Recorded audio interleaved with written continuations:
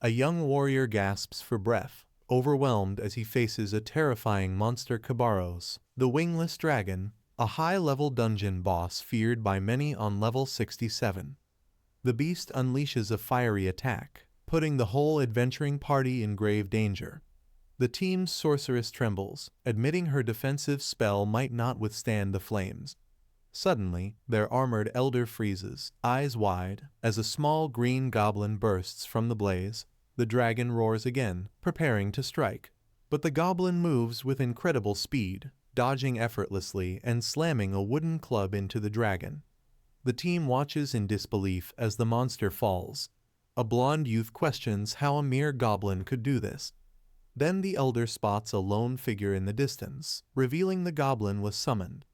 The scene shifts earlier. Kim Chulsoo works a construction job, smiling despite the labor. He reflects bitterly on his life, calling himself a weak goblin. He hears coworkers talk about Mr. Chad, who quit to play a fully immersive VR game Gate of Heaven where players can gain wealth and status through hidden classes. Kim remembers the game's hype and how internet cafes made it accessible even to poor players like him. He once enjoyed it, but now is buried in debt even in-game. In battle, he uses Rock Strike and earns a few coins, but it feels pointless. He screams in frustration, questioning when his hero story begins. Then he spots an advanced healing crystal worth 300,000 won. Overjoyed, he laughs, only to realize other players are watching. Embarrassed, he turns to see a stunning woman who says she noticed him mining daily and asks for help. Her party is blocked by a boulder and needs his mining skill. Kim hesitates, citing his low level. A dwarf in the group assures him they'll handle monsters. Kim is surprised, and the dwarf scolds him for stereotyping dwarves. Kim considers the offer he might earn something useful and agrees when the woman flirts, calling him her type. Regret follows instantly. As they explore, a level 7 monster, Gay Wolf, appears. Kim panics, screaming for his mother. But a woman named Catherine Lee, a level 39 sorceress, saves him with a single fire spell. She's kind, warns him to stay close, and Kim dares to dream of a romantic quest. Another teammate arrives, powerful and arrogant, finishing off monsters with a skill. He explains they're here for a rare ore, breakable only by high mining skills. Why Kim was brought. But Kim feels insulted, seen as a tool. Furious, he slams a boulder, trying to prove himself. But nothing happens. The tall man and dwarf wonder if the hidden orb is even real. The tall man threatens the dwarf. Kim feels humiliated again but tries to focus.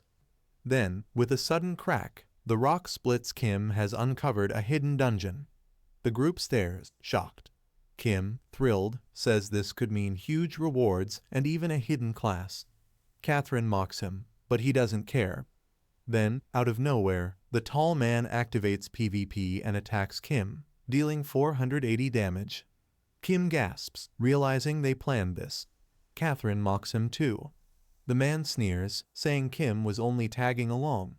Grabbing his head, the man reveals they always knew about the dungeon they used him. Kim blacks out. When he wakes, he's still in the dungeon. At first, he thinks they spared him, but then sees his healing crystal is shattered. It auto-revived him, meaning he died. He screams in rage, then notices the dungeon door is still open. Determined, he rushes in, swearing revenge.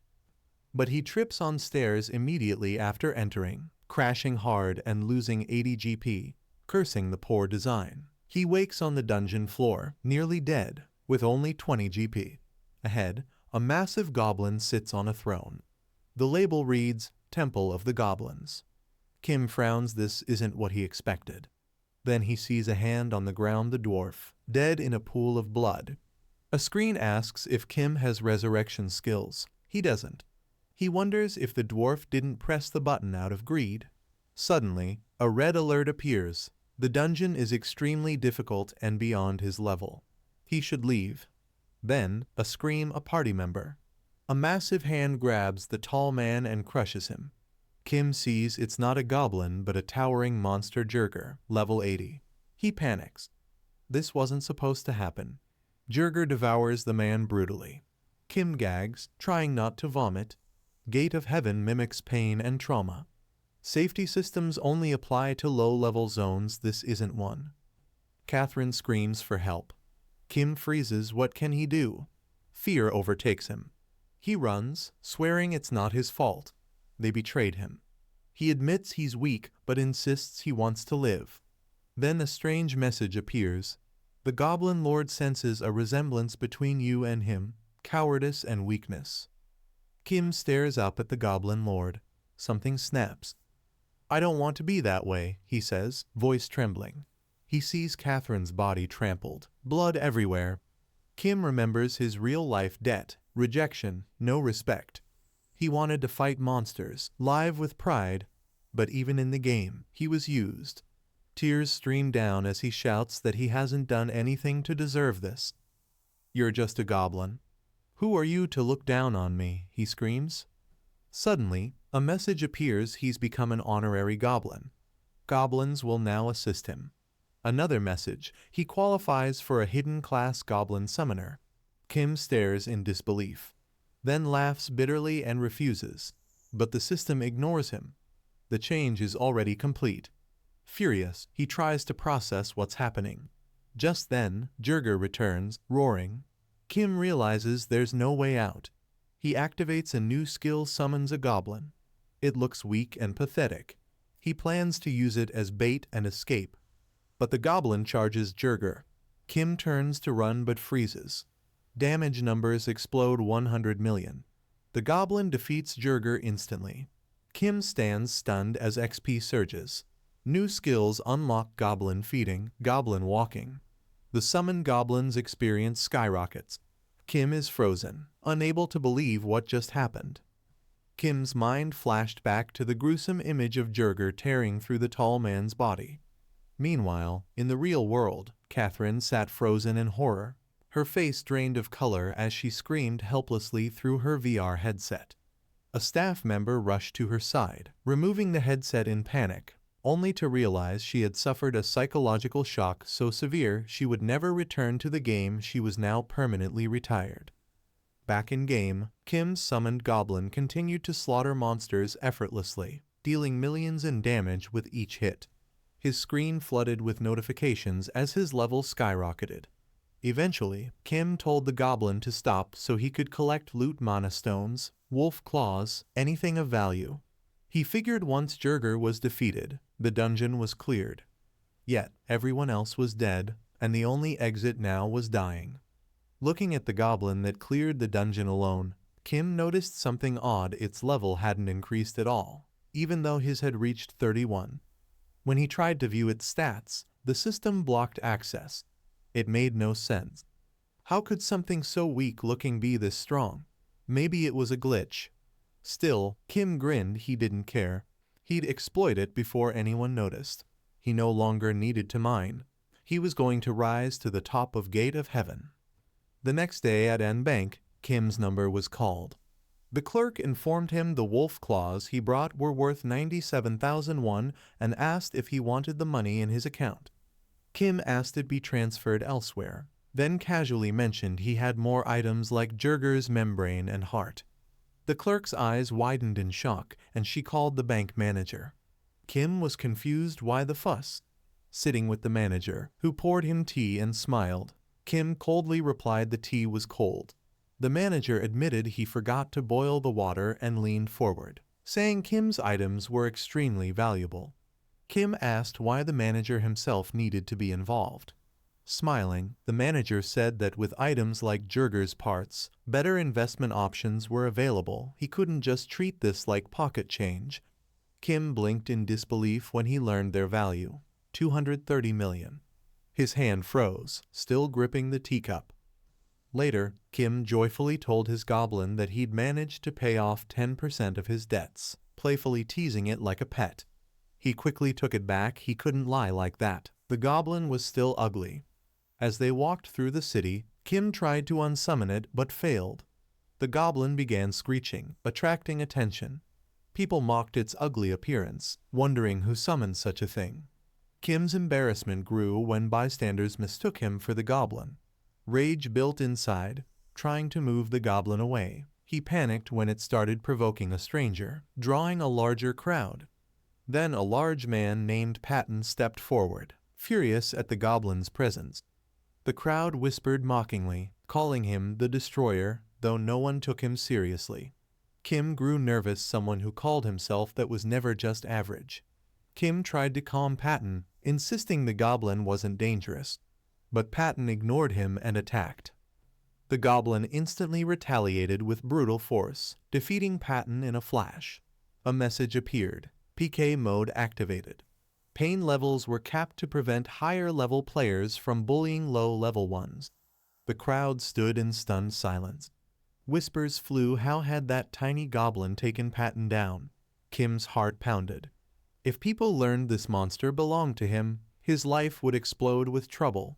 And then Patton's guild arrived. Their leader, Hayak, mocked him, calling him a disgrace. Turning to Kim, Hayak sneered at the goblin, calling it trash, but insisted it had to pay. Tension rose fast. Kim knew the goblin could crush them, but fighting would bring more chaos. He shouted that he'd handle the goblin himself. The guild ignored him and threatened to kill him if he interfered. Kim warned them that ganging up on the goblin would end badly. Before more words could be exchanged, the goblin struck first. Using rock throw, it attacked Minong, a speed master. The blow hit hard and dropped him instantly. The guild erupted in fury. Kim, stunned by how fast things had escalated, turned and ran. As he escaped, he regretted thinking life would be easier with the goblin. Instead, it brought chaos. Then, a mysterious old man appeared, urgently telling Kim to follow. Desperate, Kim did, but soon realized he'd been led into an ambush. The old man laughed, saying this was Kim's path to death. Suddenly, a system message popped up congratulating Kim for his cleverness, calling him cunning for using enemy distractions to his advantage. Kim boiled with anger. Cunning. That's what the Goblin Lord had called him too. He hadn't done anything wrong. They used and betrayed him. Taking a breath, Kim turned to his goblin. I'm tired of being seen as weak, he muttered. It's time to take revenge. I'll destroy the Anant Guild. The goblin seemed to brighten at his words, like it felt the plan too. Meanwhile, two guild members, Jae-hyun and Anuk the Shadow, were tracking Kim from rooftops. Jae-hyun asked if Anuk really needed to be there for such a simple mission. Anuk warned her not to underestimate the goblin. It had taken down Patton with one strike. Suddenly, a scream rang out below. They froze, looking down to see Sun Greel, their guildmate, flung from above. Then the goblin appeared behind them. Before Anuk could react, he attacked, but the goblin didn't even flinch. Panic set in. It was real and far too powerful. He tried again but missed, the goblin dodging with ease. Jae-hyun yelled at him for freezing up. Anuk tried to calm down. How could something so small hit with millions in damage? It had to be a trick. But fear was winning. To survive, Anuk activated a special skill, Absolute Evil. His power surged, but speed dropped 90%. Jae-hyun, watching in shock, questioned using such a costly skill on a goblin. Anuk explained it auto-triggered under threat. He then switched to reverse fist stance, trading crit chance for more attack. Realizing they needed to end this quickly, Jae-hyun activated storm arrows, removing all movement penalties in the area.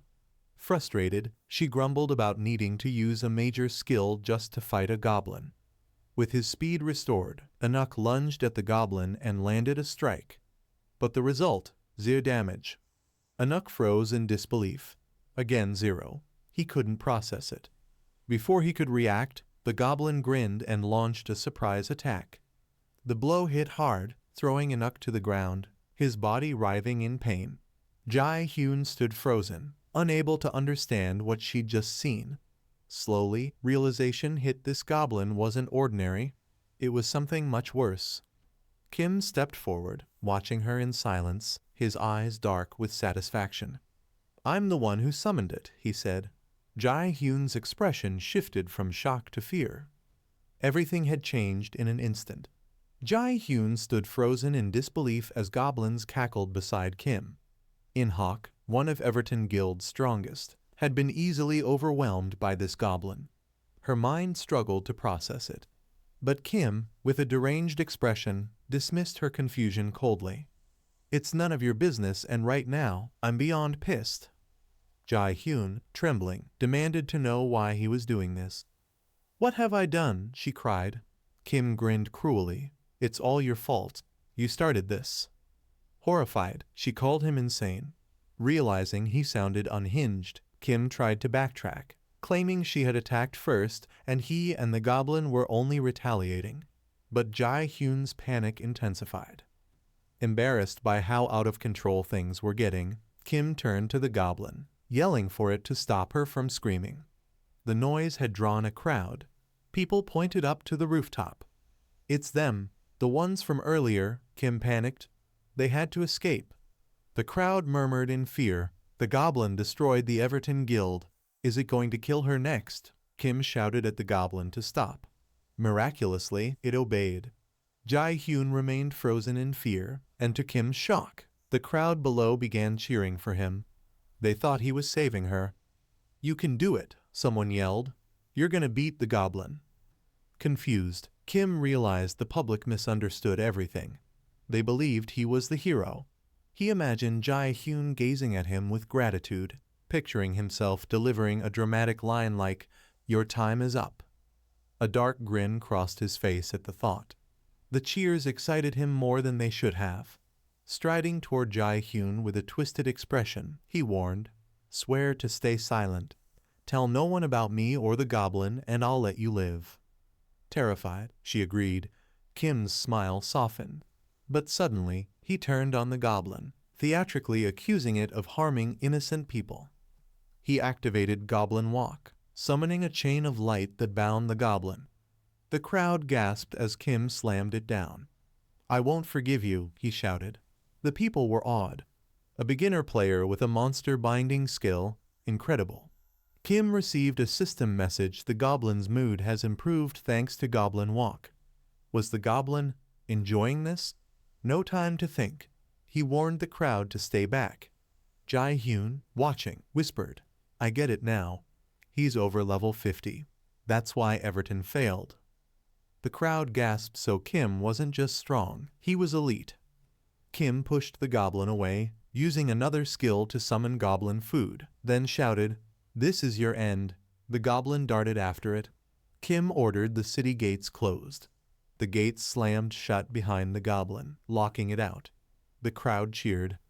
"Is it really over?" someone asked. "Are you okay?" another said.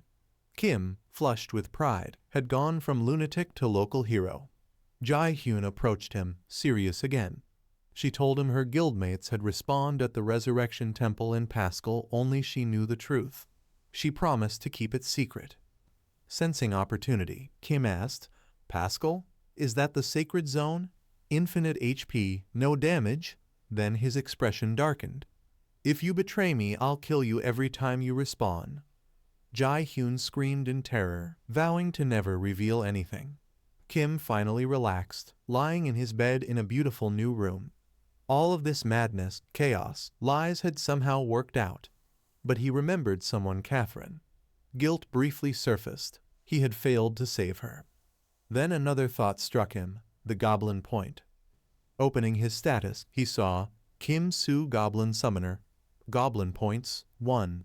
Scoffing, he joked. "Will they call me their brother now?" He opened the Goblin skill shop. But all advanced skills were locked. Only one skill was available: Goblin Gathering. Curious, he selected it. Suddenly, a terrifying noise tore through his room. The goblin burst in, wrecking everything. Kim screamed it wasn't a passive skill. It summoned the goblin. As panic set in, someone knocked at the door. The innkeeper called out. "Are you okay?" Kim shouted. "Go away if you don't want to die." Then quickly corrected himself. "No, wait, just leave." Desperately, he tried to calm the goblin, apologizing and asking it to settle down. That night, Kim sat beside it, venting softly. "It's not fair," he muttered. "Everyone mocked me, even though I did nothing wrong." The goblin let out a soft sound. Maybe it understood. Elsewhere, members of the Everton Guild sat in a tavern. One spotted Kim walking in. "It's him. The guy from yesterday." Kim, clearly nervous, admitted he was the one who saved Jae Hyun. In Hak, the harbinger of death, stared at him coldly and thanked him. Kim, terrified, begged him not to look at him like that. Giant, another member, told In Hak not to be so intimidating. They had no idea Kim was hiding the truth. Kim claimed he'd helped them despite their betrayal because he needed something from them. In Hak respected that and promised to return the favor. Kim asked about leaving the beginner zone. In Hak mentioned Fjornail, a more advanced area. Then an old man interrupted, claiming he knew how to get there. He apologized to Kim, now realizing his strength after seeing what he did with one goblin. Even Patton the Destroyer admitted Kim might be stronger than them. Kim, silently, knew that wasn't true.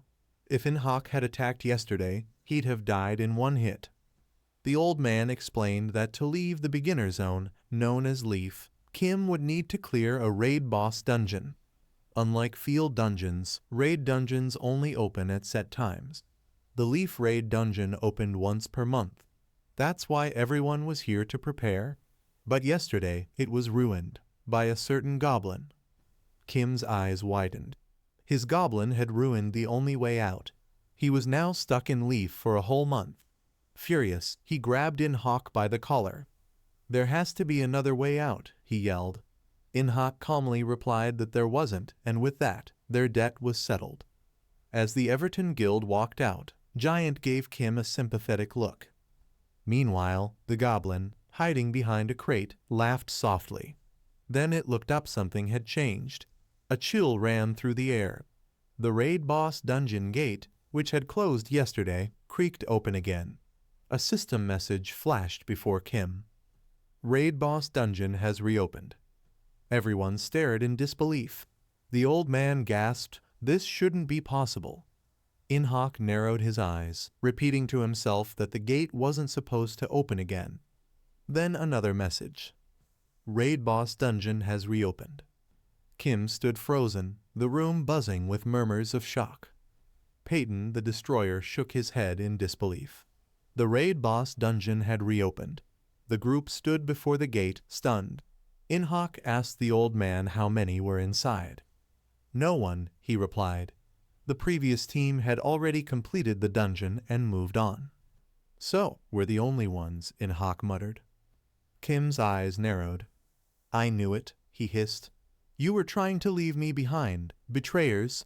His voice rose in anger. "I won't let you get the rewards without me." Giant tried to calm him, insisting it was a misunderstanding, but In Hak cut in sharply. "Do you want to come or not?" Kim growled. "I'm not letting you go in alone." In Hak laid out the plan. It was a single-room dungeon, the boss appearing right away. While they were strong enough to handle it, caution was still advised. But Peyton scoffed. "Caution. We'll finish this in 10 seconds. We've got Everton's best." Kim, meanwhile, whispered to his goblin hidden behind a crate. "Stay hidden till I summon you." He scanned his inventory and spotted an advanced healing stone, something that would revive him with 100 GP. Surprised he still had it, he decided to ignore the mystery and charged through the gate. The moment Kim entered, his breath caught. So this is the raid boss dungeon. A massive level 40 steel giant appeared before them. "Hidden dungeon, steel giant's lair," flashed on their screens. "This isn't normal," someone shouted in panic. In Hak glared at the old man. "What kind of plan is this?" "I don't know," the old man stammered. Giant yelled at Kim to run, but Kim smirked. "Back out now and I'll take all the rewards for myself." Someone snapped. "It's level 40. A single hit could wipe us." But Kim dismissed it. "The difference is only 10 levels. Rewards like this don't come easy." Then Kim shouted, "Goblin, come save me." But the goblin, still outside, was confused by the summon. The steel giant roared and charged. Kim kept screaming for the goblin, but it didn't come. The giant's punch crushed him instantly. System message: player Chulsoo has died. Peyton sneered. That's the guy who beat a goblin? Inhak coldly shrugged. We don't care what happens to him. But then, the dungeon gate slammed shut behind them. This isn't a normal raid, the old man said gravely. It's a hidden dungeon that emerged from the raid. That's why we're facing a level 40 steel giant. We have no choice but to fight. Suddenly, Kim's body twitched. He woke up, screaming in pain. I'm over level 30. How did I die in one hit? Then it hit him he hadn't spent his 26 unused stat points. That, and he forgot to summon the goblin before charging in. I was so close to the treasure, he muttered, full of regret and rage. Meanwhile, Peyton shouted, Let's attack. Begin the hunt. Kim was shocked they were continuing without him. Jae-hyun activated Wind Arrow, doubling the team's movement speed. In-hak and Minyoung dashed forward at breakneck speed, launching attacks. They used Sequential Slash, a combo of 16 hits. The old man observed, Every monster has a weak point. Hit hard enough and we'll find it. In-hak asked Minyoung, Did you find it? No. Total damage 0. There are 2 possibilities, In-hak muttered. Its defense is insane or we're missing something. He struck with Peerless Blade, a powerful skill, but even that didn't leave a dent. It has a passive called Hatred of the Weak, In-hak explained. Any attack that deals less than 5% of its total HP is nullified. Then you're the only one who can hurt it, Peyton shouted. But the old man disagreed. In-hak's strong, but there's someone with an even stronger attack. Jae-hyun stepped forward, her eyes sharp. She began to charge her skill, Final Death Arrow. If the guild knew I had this, they'd want me as the leader, she thought. Peyton overheard and was stunned. I don't even know what that skill does, but I'll buy you the time to use it. He activated War Cry, taunting the boss. The monster focused all its rage on him. Kim watched from the ground, frustrated.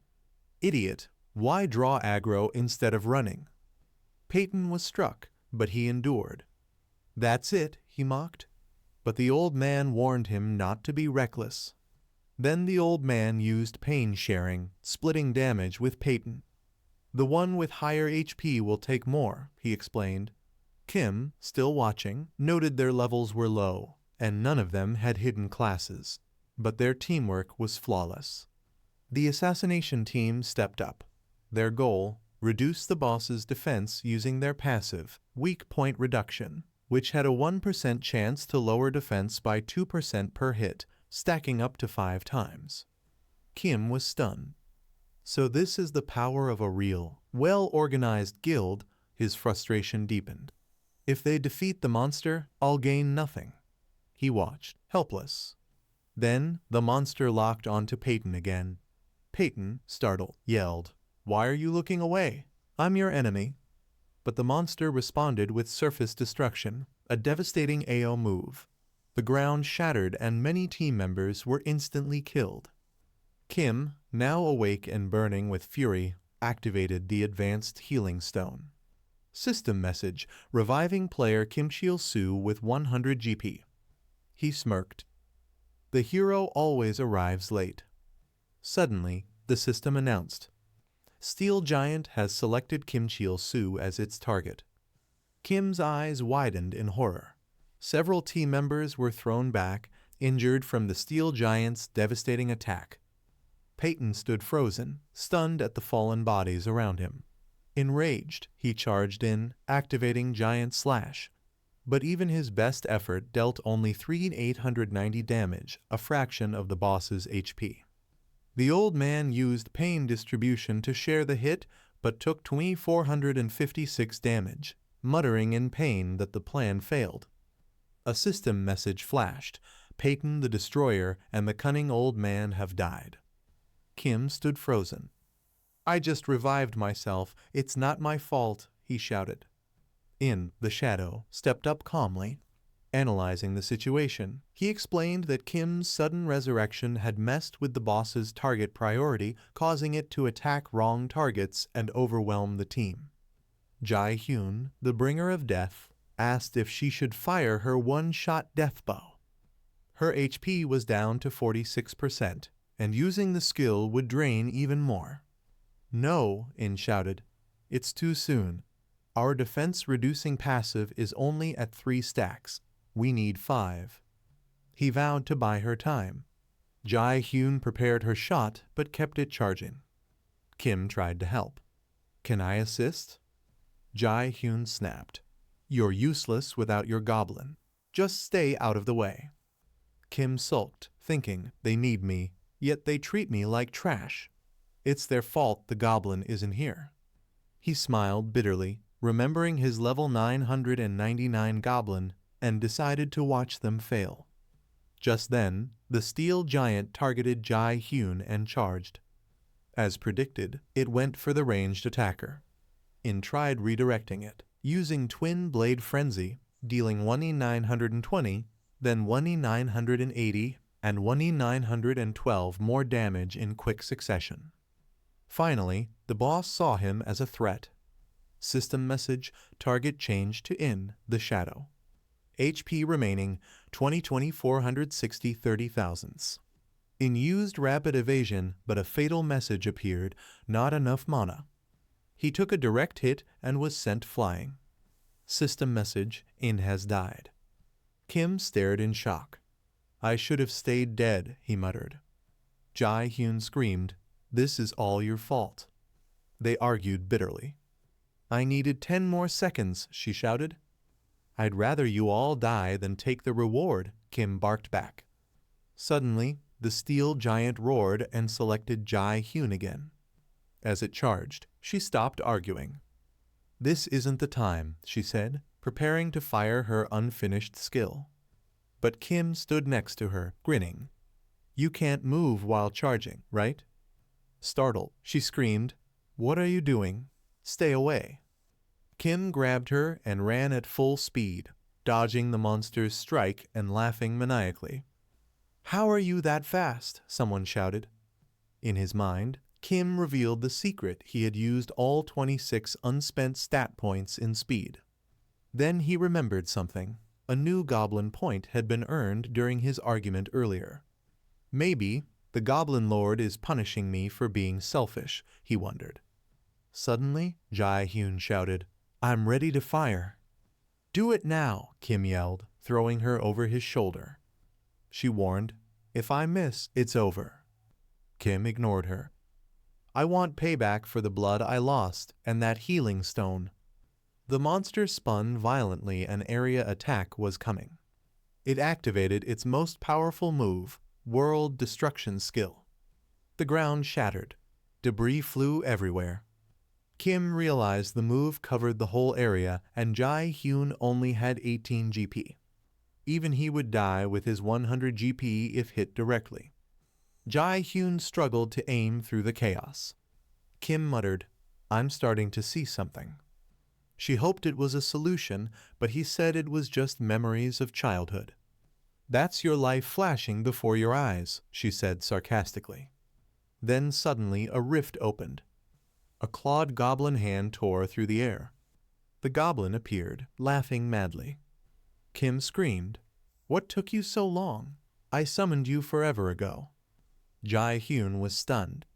Did it tear through the dungeon itself? She thought. That should be impossible. Kim grinned. "Time for my secret skill, Goblin Shield." The monster roared for a final attack. Kim mocked it. Bold last words for a hidden dungeon boss. He and Jae-hyun stood behind the goblin as the climax began. Jae-hyun fired her fully charged one-shot death bow, dealing 20,524 damage. The steel giant cracked, froze, and finally collapsed. System message, hidden dungeon, steel giant's chamber cleared. Jae-hyun gasped, laughing in disbelief. "We actually did it." System message. Jae-hyun leveled up level 27 to 31. Kim leveled up level 31 to 34. Overjoyed, Kim jumped up screaming, "Show me the reward, I want to see what I earned." A system message announces that all fallen characters from the raid have been revived. The team leader, wearing a black cloak, asks if everyone is alright. One teammate replies that he feels a bit of blood in his mouth, but confirms he's okay, relieved that they managed to defeat the monster. He adds that if the boss's level had been just a little higher, they would have been in serious trouble. Suddenly, someone notices that Zangle isn't breathing, but another member jokes that smacking him hard enough will wake him up. The leader then turns to Kim and Jae-hyun, asking what exactly happened. However, Kim is acting strangely, hugging all the monster loot while screaming hysterically, warning everyone to stay away. Jae-hyun, confused and uncomfortable, tells the leader she has no idea what's going on with Kim. At the same time, a system message appears in front of both Kim and Jae-hyun, stating they have not met the conditions to unlock a hidden class. Jae-hyun wonders if clearing a hidden dungeon isn't enough for that. Kim reflects that perhaps, just like he got the Goblin class due to the Goblin Lord's favor, unlocking a hidden class requires certain conditions to be met before defeating the boss. Kim shakes it off and frantically screams about collecting the loot before it disappears. Jae-hyun yells at him to stop, insisting that the loot should be shared since everyone contributed. Kim refuses and clutches the items tighter. Watching him obsessively, some team members mock him, comparing him to Gollum. The team leader speaks calmly, telling Kim that even though they didn't come for extra loot, they aren't greedy. This surprises Kim, who wasn't expecting such honor from them. Suddenly, the old man approaches and smacks Kim hard on the head, scolding him and blaming both Kim and In-hyuk for the mess. Furious, Kim yells back, accusing them of betrayal again. The leader replies sternly, saying if they wanted to get rid of Kim, they already would have. He points to the bow Kim picked up and informs him that it's the Iron Giant's bow, a unique item that only archers can use. Kim panics, shouting that he's not even an archer. Realizing the item can't be sold or equipped outside its class, he still insists on keeping it, arguing that everyone else has unique gear except him. One member demands he give it to Jae-hyun, but Kim smirks and says he'll only hand it over if they give him something in return. The leader is stunned by Kim's audacity. Kim laughs maniacally, declaring they'll have to buy it from him if they want it. As he laughs with his goblin, a guild member watches in disgust, thinking Kim really does resemble that twisted goblin. Meanwhile, Kim's goblin hides nervously behind some rocks, wary of Kim's alliance with the Everton Guild. Jae-hyun accepts the bow and comments on its heavy weight. Kim sarcastically thanks the team for the trade, and the leader remarks that Kim has a special talent for making people hate him. When asked where he plans to go next, Kim replies with a wicked smile that he's going somewhere they're not. As the others depart, Jae-hyun throws him a glance filled with curiosity. A system message confirms the successful completion of the hidden raid dungeon. Kim reflects that while losing the unique bow was unfortunate, he did receive the Thief's Glove, a consumable that allows him to steal one item from a lower-level player. More importantly, he got high-purity steel. As a former mining-focused player, he knows its value. While the others obsessed over the weapon, he sees the true prize in the rare material. The next day, Kim arrives in Fjornale, a high-level city in the Phoenix market.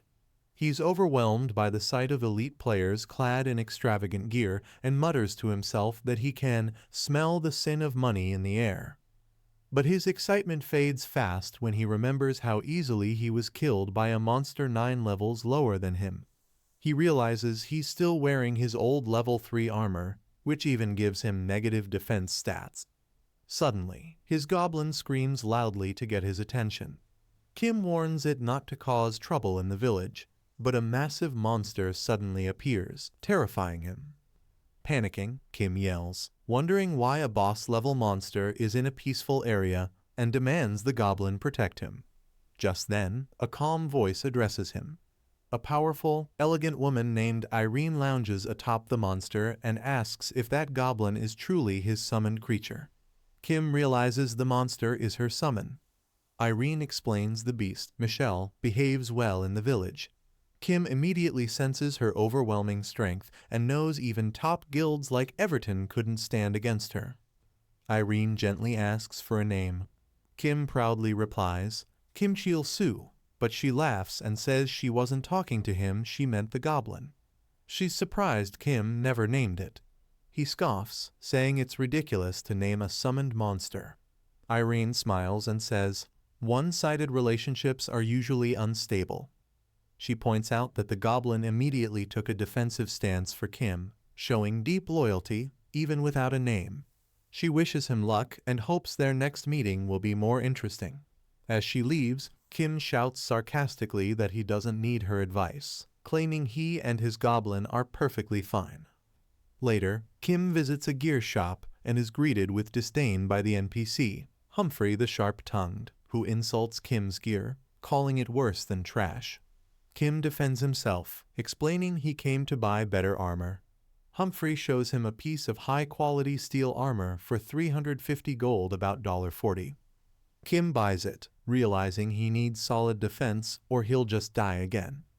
But when he puts it on, he discovers he can't move at all. Humphrey laughs, saying people like Kim shouldn't be moving anyway.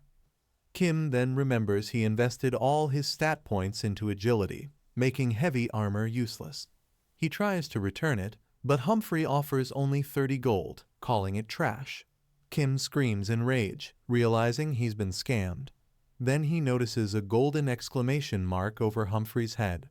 Curious, Kim asks about it. Humphrey panics, realizing his special blacksmith hammer is missing. He insists that no other hammer can replace it and begs Kim to retrieve it from the underground waterway dungeon. A quest notification appears, Humphrey's problem, with the reward being the ability to refine rare materials for crafting high-tier armor. Kim grins, finally understanding the true value of the monster loot he collected. Excited, he accepts the quest. Standing at the dungeon entrance, Kim says smugly, I don't need anyone else. Other players would only slow me down. But just as he prepares to enter, a system message appears, revealing a shocking quest condition. The quest will fail if Humphrey dies. Kim turns in horror as Humphrey suddenly shows up behind him, yelling that he's tagging along. Kim screams in frustration, why is this NPC following me into the dungeon? As Kim approached the cave, he noticed a blacksmith standing right in front of it, holding a hammer in each hand and staring directly at him. Confused, Kim blinked and tried to make sense of the system notification he had received earlier. The worry showed clearly on his face. If Humphrey dies, the quest fails. He muttered internally that he might have to drag around a level 13 tumor, an unexpected variable. Suddenly, the blacksmith shouted, Why are you just standing there staring? Hurry up and move. Kim didn't respond. Nervous sweat rolled down his face as he calculated his next move. No need to keep pace with him, he thought. I'll just outmaneuver him and finish the job before he even shows up. I'm maxed out in agility. I'll skip the trash mobs and head straight to the boss. Excited, Kim dashed into the cave, muttering under his breath, I was just about to leave. Confident in how NPC escort quests usually worked, he assumed that once he got far enough, the blacksmith would stop following. But then he froze mid-run. His eyes widened in shock right ahead. Humphrey was already deep in battle, surrounded by a pack of wolf monsters, his health dropping fast. Yet the blacksmith still yelled, You dare challenge me, Humphrey the Great. The moment was absurd. His bravado completely contradicted the danger he was in. Panicking, Kim shouted at him, No, you dumb NPC, stop fighting and stay back. Desperate to save the quest, Kim ordered his goblin to intervene. In a blur of motion, the dark goblin leapt into action, dealing absurd 99999 damage with every strike, quickly wiping out the wolf pack. When the last monster fell, the goblin flicked off the blood dramatically and grinned at Kim with his usual creepy smile. Kisha shishi, he said, though Kim had no idea what it meant. It still gave him chills. Humphrey, full of false pride, declared, As expected, you're no match for the mighty Humphrey. Kim, annoyed, muttered angrily under his breath. Then Humphrey's eyes locked onto something in the distance. Without a word, he took off running, leaving Kim behind. Kim clenched his teeth in frustration. Should I just kill him? Seriously? The thought lingered. Narrowing his eyes, Kim considered another strategy. Have the goblin guard him while I rush the boss? But that risked failure if anything went wrong. Realizing there was no easy way out, Kim clenched his fist and declared, "There's only one way." Turning to the goblin, he said, "We're changing strategy. From now on, wipe out every trash mob along the way." The goblin burst into crazed laughter. Kick. Meanwhile, deeper in the cave, Humphrey stood tall against a horde of rat monsters, snarling. "These filthy bastards, they even stole my hammer." With a loud roar, he charged to attack. But before he could land a hit, the dark goblin blitzed through the rats, slaughtering them before Humphrey could even lift his weapon. Still, the blacksmith kept swinging wildly at nothing, shouting, "Take my ultimate technique." Watching from behind, Kim stood with hands on his waist, grinning. "All right, it'll take more time, but it's safer to clear everything." He was confident now that the old man wouldn't die if they kept this up. But then Humphrey began to notice something. He hadn't killed a single monster. His eyes darted to Kim, who was glowing with confidence and radiating a soft golden aura. Furious, Humphrey yelled, "These bastards, are they seriously ignoring me?" Kim tried to calm him gently. "No, they're not ignoring you." But his tone gave him away. Humphrey exploded, "Before I was a blacksmith, I was a proud warrior." Energy burst from his body. War cry skill activated. A system notification popped up. Kim immediately panicked. "You bullheaded bastard." The cry echoed through the dungeon, waking hidden skeletons. Undead soldiers, eyes glowing, armed and high level, emerged. Humphrey, eyes sparkling with battle hunger, declared, "Even ancient spirits awaken from my shout. Now this is getting interesting." Kim stared at him in disbelief. "You're telling me those monsters wouldn't have attacked if we just walked past them?" Kim snapped. "I'm pissed off right now. This better be your last trolling stunt, right?" Dark Goblin laughed madly and hurled a stone at the skeletons, instantly crushing them. 3 hours passed. Kim, now at level 37, was exhausted. He leaned against the cave walls, soaked in sweat. "This insane bastard. Bringing him makes this feel like hard difficulty," Kim thought.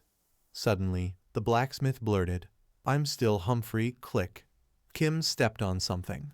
A sharp noise echoed. The blacksmith's eyes widened. "Dodge, it's a trap." A golden flash lit up the corridor. 3 glowing arrows launched at Kim. Without thinking, he grabbed his goblin and used him as a shield. The arrows shattered harmlessly. Kim trembled, sweat pouring down. "That startled me. Why did it activate?" He glanced down. He'd stepped on a skeletal head. That was the trigger. Then he turned and froze. One of the arrows had struck Humphrey in the chest. Blood dripped from his mouth. The blacksmith groaned. "You coward, ditched me to save yourself." Kim's eyes widened. His jaw clenched. A system message appeared. Humphrey's HP dropped, then hit 0. A final notification. Quest failed. Silence. Then a scream. Kim snapped and charged out of the dungeon like a lunatic. In the middle of town, he screamed, "I'm going to kill him again. You crazy blacksmith, you're already dead, but I'll kill you anyway." From above, a shadowy figure watched. Cold, intense eyes narrowed. The man whispered, "Finally found you, Chulsoo." Kim arrived at the blacksmith shop and dramatically shouted Humphrey's name. The blacksmith looked up, insulted Kim's gear, and mocked him. Kim held up his goblin like a trophy, smirking. But then, out of nowhere, Humphrey calmly thanked him for retrieving the hammer. A system message confirmed the quest was complete. Kim blinked in disbelief. "Wait, what? It dropped earlier?" Humphrey explained it dropped after killing the rat. Kim exploded, furious.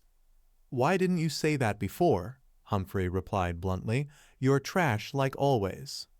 Later, inside the shop, Humphrey forged gear without even looking at Kim. He explained how blacksmith sweat affects equipment quality. "Watch carefully," he said. "High-quality materials in skilled hands become something greater."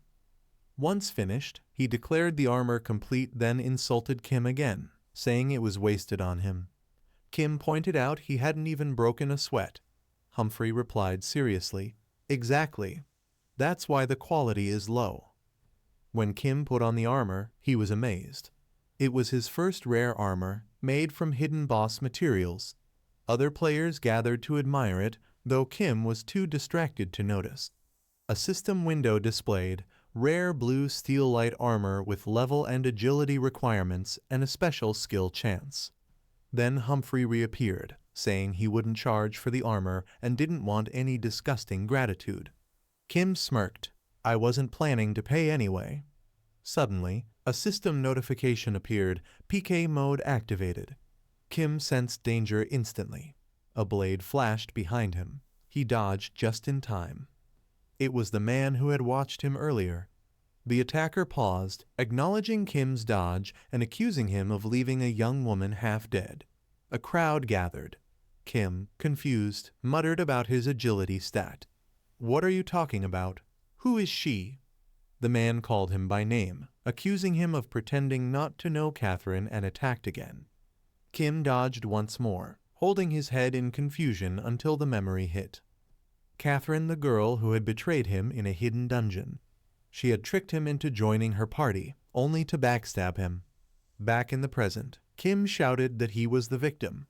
But the man coldly explained she was now in a vegetative state. Kim froze in horror, remembering the shrine and the moment Gager's massive foot slammed down on her. Panicking, Kim shouted that it wasn't his fault, it was Gager, but the man didn't care. "It's not up to you to decide if you're at fault. What matters is what happened. The heir to the demon group is now in jeopardy." The man lunged with his sword, but no damage. He blinked in confusion, then realized Kim had used his goblin shield.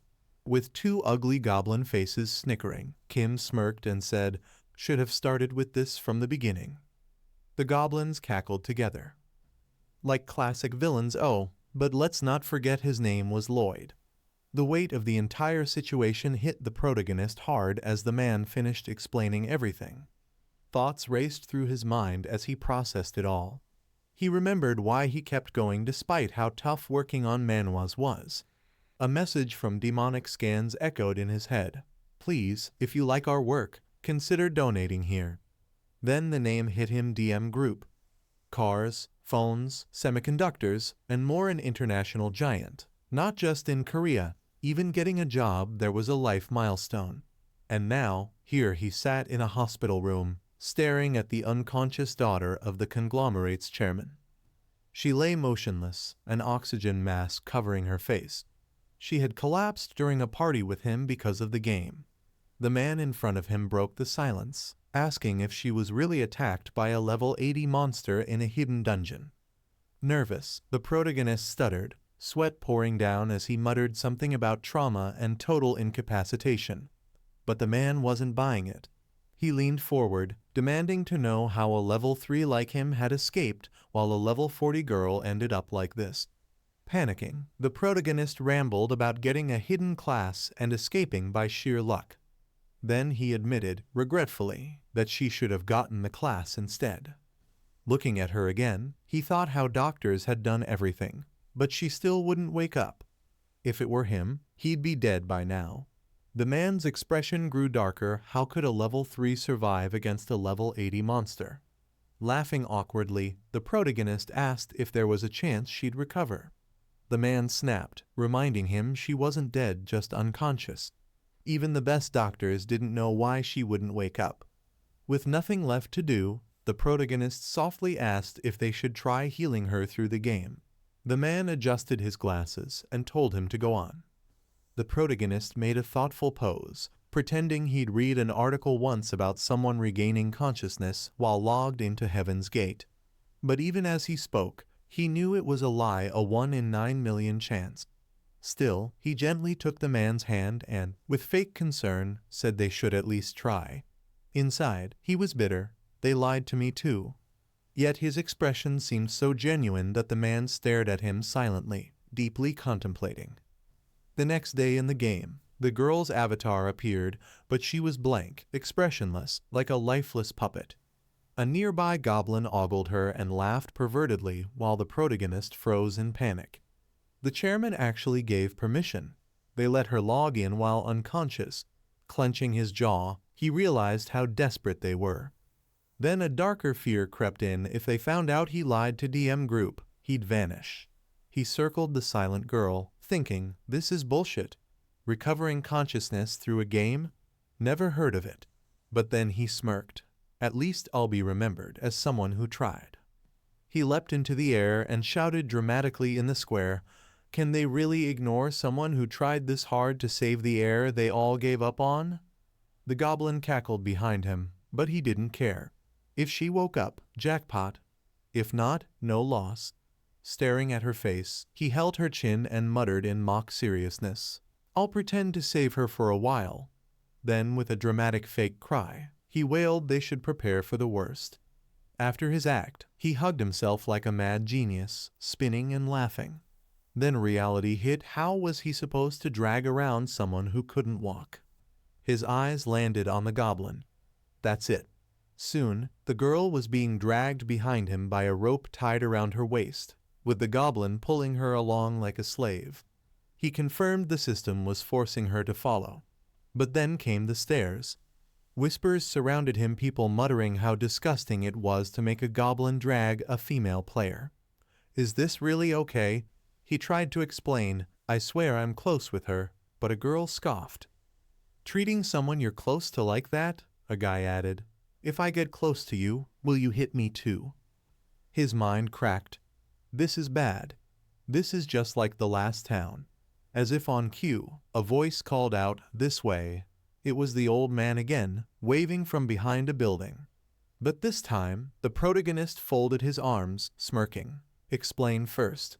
Didn't expect to run into you again. As they walked together, the protagonist, suspicious, called the old man by a nickname. The old man didn't react, confirming his identity. The protagonist linked him to the goblin, suspecting it was a summoned creature. Ignoring the old man's attempt to explain, he accused the Evan Guild of scheming again. The old man, annoyed, clarified the guild only assembled for raids and didn't stay together. The goblin smiled faintly at him. The protagonist then asked for info about the region. The old man suggested moving locations and led him through a laser-guarded path. Later, a system notification appeared, PK mode activated. The protagonist stood with bloodied hands. The old man was on the ground, injured. Still, the old man explained that Pile region raids weren't on a schedule, they needed specific conditions. He then asked why the protagonist was so obsessed with dungeons. Nervous, the protagonist lied it was about money. But in truth, he was exploiting a bug. The old man offered real advice. Start in Phoenix Elbasar, a royal city with the main quest. High-level players went there too. The protagonist lit up, shaking the old man by the collar, scolding himself for not thinking of it earlier. But just as he turned to head out, he noticed something wrong. The girl was gone. Shocked, he asked the goblin where she went. Meanwhile, in a white space, the girl stood blankly as two shady men approached, leering. One noted her gear and asked why she was with that group. The other guessed she logged in and walked away from her device. They moved closer, pretending to call guards while implying something sinister. The protagonist ran frantically through the city. If she takes damage, I'm screwed. Suddenly, his device buzzed. It was a video call from the man with glasses, who immediately asked if the girl was safe. Gasping, the protagonist barely muttered confirmation. The man demanded proof. Caught off guard, he told him to send the money first, then corrected himself awkwardly. But his heavy breathing gave him away. The man mocked him again. Annoyed, the protagonist ended the call. The man cursed, and the older gentleman beside him, the chairman, calmly said to let it go. The chairman reminded the man that Catherine was the heir, but to him it didn't matter if she died. She had always lived by the family's expectations. The only choice she ever made was entering heaven's door. Better to die seeing her chosen world than a hospital ceiling. Back in the game, the protagonist cursed the massive city and how real it felt. Then he remembered something odd. He got a goblin point in the dungeon without doing anything. That had unlocked a new skill, Goblin HP Share. He dismissed it. Then another, Goblin Throwing. That one caught his eye. Without hesitation, he summoned the goblin and threw it like a paper plane. Mid-air, the goblin pointed in a direction. The protagonist burst out laughing and ran. He arrived like a hero, facing the two men. With flair, he declared he came to pick her up. They mocked him, calling him the same ugly guy. One of them said they'd be the ones to make the girl feel good. Enraged, the protagonist shouted it wasn't like that and asked who they were. They arrogantly called themselves the handsome duo who saved women for fun. That was the last straw. The goblin stepped in and beat both men to a pulp. Bloodied and unconscious, they lay on the ground. The protagonist burst out laughing like a lunatic. "Serves you right, you bastards. How's it feel to lose to an ugly guy, huh?" His villainous laughter echoed through the streets so loudly even guards took notice. Still giggling, he grabbed Catherine's hand and dragged her along again.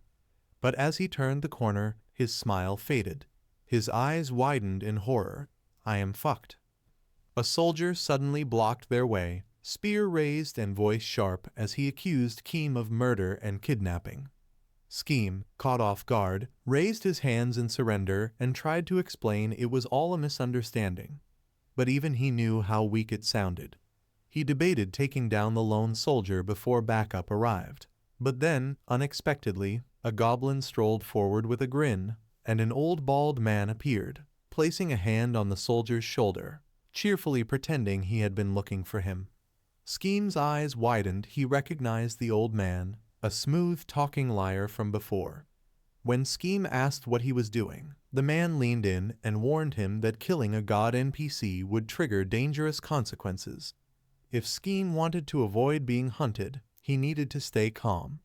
Confidently, the old man turned to the soldier and thanked him, but the soldier was suspicious. He noticed a pouch behind the old man and demanded to see it. The old man used his NPC gifting skill, offering the pouch of gold as a bribe. At first stunned, the soldier's expression quickly turned to rage. He grabbed the man by the collar, furious at the attempted bribe. Their relationship level dropped instantly. Skeem watched in silence as the soldier arrested the old man, leaving Skeem untouched. For a moment, Skeem stared in disbelief, oddly grateful. Somehow, that slippery man had gotten arrested in his place. Maybe he wasn't that bad after all. Later, Skeem stood at the gates of the Grand Palace, frustrated as he argued with the guard who refused to let him in. The guard was firm. No meant no. Skeem insisted that the main quest should begin inside, but the guard stayed silent. Then, from nearby, a relaxed voice cut in. A blonde-haired man leaned casually against the wall, smirking. He told Skeem not to bother. The door wouldn't open. Slightly annoyed, Skeem asked who he was. The blonde smiled and introduced himself as Shin. Skeem noticed a quest marker above Shin's head. This idiot was giving him a quest. Shin commented on Skeem's commotion, even complimenting his eyes, which made Skeem grimace. Shin said Skeem looked like a capable adventurer and asked him to help with a lost ruin to prove his worth. Without waiting, Skeem brought up his system panel and skipped the speech. Shin tried again, even cursed, but Skeem kept skipping. Finally, a notification appeared. Main quest: retrieve the golem's core from the lost ruins. Reward: 250G. Inside the lost ruins, Skeem stood before a lava pool, sighing in frustration. No one had told him it was a lava dungeon. He cursed the NPC under his breath and scanned the bubbling heat. This place was more like lost lives than lost ruins. He looked back at his half-slave wife. He couldn't leave her. With his agility, crossing was easy, but keeping her safe was the real challenge. Sighing, he handed the rope to the goblin and told it to hold tight. Then, he crouched, took a deep breath, and leapt across, landing smoothly. From the other side, he called the goblin using his summoner skill. The goblin jumped and landed clumsily but safe. The girl was still on the far side. Scheme smirked. This skill was really useful. But then, disaster struck. The goblin, seeing the rope still connected, turned. The tension yanked the girl dangerously close to the lava's edge. Scheme panicked and shouted, but the goblin pulled harder, flinging her across like a rag doll. She crash-landed in front of him, tangled and unmoving. Horrified, Scheme dropped to his knees, calling her name. She didn't respond. Inside her mind, Catherine was reliving a nightmare. Her father stood with a golf bat, furious she had stayed out late. His words were cruel, accusing her of becoming trash like her friends. Tears streamed as he raised the bat. She begged him to stop, cried out for her mother, but her mother stayed behind a door, silent and unmoving. Alone, Catherine sobbed, pleading for mercy. Back in the present, Chulsoo called her name again, sweating with worry. A goblin made a strange noise, and Kim sarcastically joked that the goblin should try mouth to mouth. Still, despite knowing it was just a game, he knelt beside her, gently held her face, and thought of trying CPR. He told himself it wasn't selfish, it was the right thing to do. Just as he leaned in, a video panel popped up. The butler, Paul, appeared with a curse, asking how the lady was doing. Kim panicked. Paul stared, threatening him coldly, saying he'd kill him. Scheme flailed to explain, but Paul said he was already monitoring her vitals, she wasn't dead. Relief washed over Kim. Paul warned him not to touch her while unconscious. Before he could finish, Scheme smashed the call panel and ended the call. Paul stared at the blank screen, seething. Scheme turned to the goblins. "You heard him," he said. The goblins grinned. "We're running to the boss room. Full speed. Let's go." In the dim dungeon, Scheme ran, dodging traps and a massive boulder. He grabbed the unconscious Catherine and used her like a skateboard, sliding across the floor. The goblins dodged acrobatically. At a broken bridge, one goblin threw Catherine across. She thudded on the other side. They tied a rope to her and helped Scheme crawl across. At last, they reached the boss room, facing a massive golem. Still in chaos mode, Scheme picked up Catherine and hurled her at the golem like a weapon. The golem punched her mid-air, knocking her flat. Scheme's face turned pale. "Oh no," he muttered, realizing he got too excited. A system message popped up. "You gained a goblin point." Clenching his fists, he shouted, "How dare you hit my anti-trap diffuser?" He ordered the goblins to finish the golem in one hit. They charged with laughter, and Catherine slumped in the background, clearly having the worst day of her in-game life. Just as it looked like she was done, her fingers twitched. She was still alive. Meanwhile, the golem launched a rocket punch at Scheme. It exploded on impact, smoke everywhere. From the smoke, a goblin emerged, stabbing through the golem with one clean strike. Scheme stood coolly, arms crossed. "Not even phased," he muttered. Just as he was about to grab the core, the golem began to reform, bigger and fiercer than before. What the why is it getting bigger? Panic and excitement mixed as he ordered the goblin to attack again. The goblin landed a ridiculous 999 damage strike. The golem fell. Scheme sighed in relief. Finally, but then the golem resurrected again, pink lightning flashing. "Stop resurrecting, damn it," Scheme yelled. He ordered the goblins to block, not destroy, but they couldn't help themselves. One goblin tanked another punch, causing another explosion. Scheme dodged, running and thinking fast. If he didn't destroy the core, it would keep reviving. He remembered the old man's warning about the core, but didn't know where it was. The golem kept coming. Catherine, still lying on the ground, suddenly flashed back to a memory, another monster, another near death. Her face twisted with fear, her eyes wide, and a scream tore from her throat as her consciousness fully returned. Trembling, panicked, the blank calm she once had was gone, replaced by pure terror. A deafening explosion shook the dungeon as the golem's foot slammed down, sending tremors through the ground. Amidst the chaos, Kim Chul caught sight of Catherine, his expression shifting into something almost inhuman as he cried out her name. The monster's rampage was devastating, tearing the environment apart. Kim Chul's heart pounded as he watched the destruction, trying to calm himself with the thought that this level of damage shouldn't be fatal for someone like her. But the more the golem rampaged, the more his anxiety grew.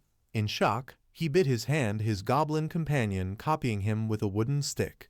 Catherine stood up shakily, gasping and leaning on her staff. She stared at Kim Chul, panic in her voice, asking what was happening.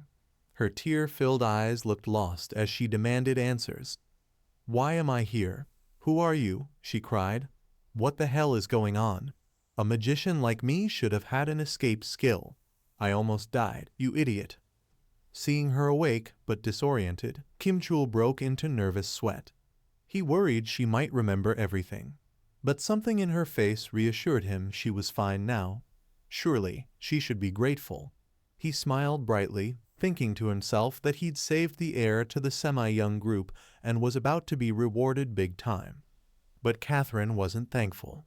She shouted, furious, demanding he explain everything. His charming smile twisted into one of greed as he began his story, claiming he got the chairman's permission to take care of her after she passed out in the dungeon. But before he could finish, she punched him across the face, knocking him flat. Getting up angrily, he yelled, "Why didn't you warn me that was coming?" Catherine didn't answer. She was frozen, staring at the monster, then bolted in fear. Watching her flee, Kim Chul muttered, "She ran just to save herself. What a scumbag." Tears streamed down her face as she repeated, "I'm scared," over and over. Panic overtook her as old memories surged back.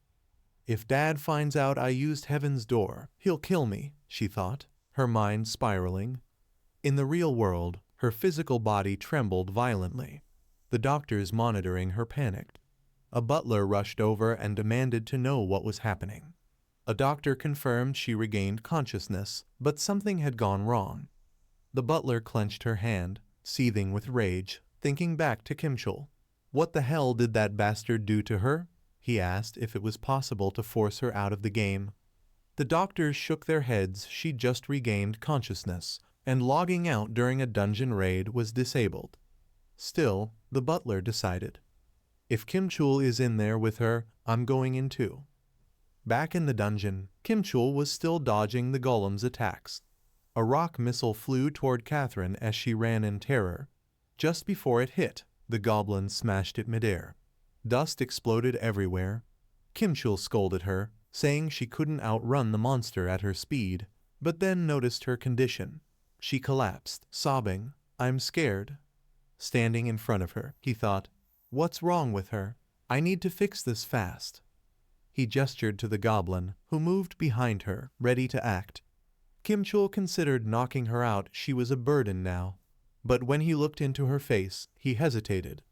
Through tears, she begged him, "Help me. I don't care how. Just get me away from my father's company. I'll pay you more than he ever could. Please." He was stunned by her desperation. He stammered, saying he'd help her escape. But she cried harder. "That's not what I meant. Kill everyone if you have to. I just want out. I don't want to be hit anymore."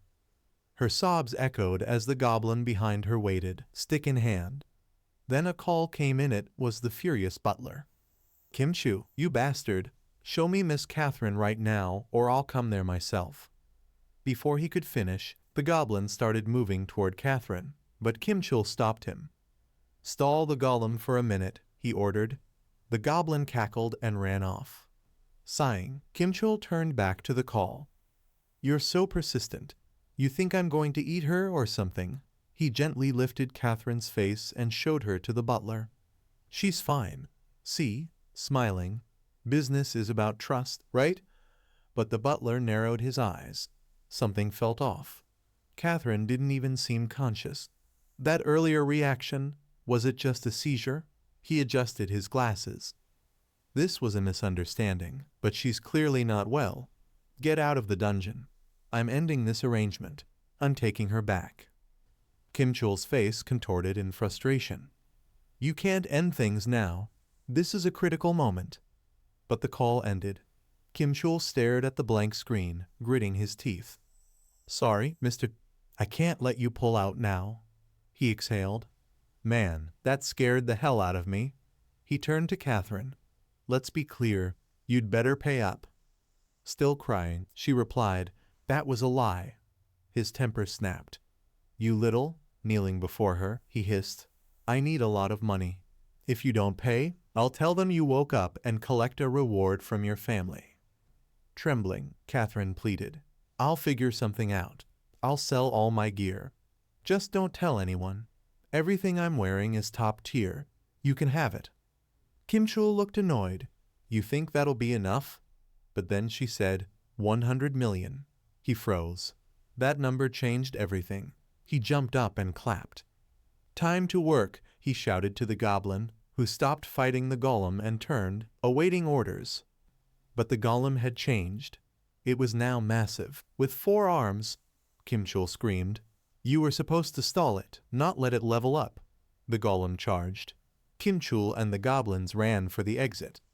Level 178, 1 hit and I'm dead. Suddenly, the golem froze. Stunned, Kim Chul looked back. Catherine had cast a freezing spell. It wasn't guaranteed to work on strong enemies, but it had held for now. Why are you standing there? She shouted. Run, it'll break free soon. And right on cue, the ice shattered. They neared the exit, but Catherine tripped. Her robe caught on a rock. The golem loomed. She cried out for help. Kim Chul hesitated, remembering the first time she'd asked for help. Back then, he'd run. I was weak then, he thought, but now I have to save her. She'll die from this. He kept running, teeth clenched. You've got doctors to save you again. I don't. Catherine, still on the ground, watched him flee. No matter how loud I scream, you won't come back, just like everyone else. Tears filled her eyes. No one ever saved me. As the golem raised its massive fist, a glowing sword slashed through the air, severing its hand. A figure landed between Catherine and the monster. Kim Chul heard the clash and looked back, sweat dripping. That guy is... But before he could finish, the NPC turned and smiled brightly at him. Now it's my turn to take care of the rest. Kim Chul stared, confused and exhausted. Why the hell is this guy here?